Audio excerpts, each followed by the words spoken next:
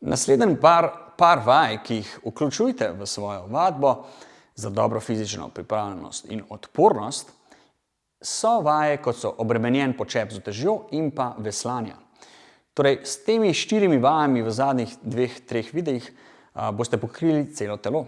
Namreč, počep, kot sem ga prej pokazal, lahko naredite tako, da se samo dotaknete stola, da imate najnižjo točko, do kam lahko greste s poravnano hrbtenico, kolena, kot sem rekel, naprej in gor.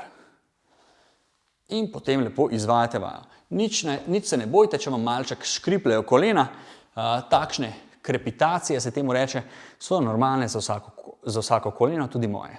Počep torej delajte tudi s kakšno dodano težo, sploh tisti, ki ste bolj športniki in športno zmogljivi. Naslednja vaja, ki je pa obvezna, je tudi vaja veslanja. Torej vaja, kjer vključujemo mišice zgornjega hrbta. Torej vaja, kjer potiskate oziroma vlečete utež ali pa elastiko nazaj. Torej takole. Lahko delate z eno roko, lahko delate z 2 rokama ali pa lahko delate takole do čela.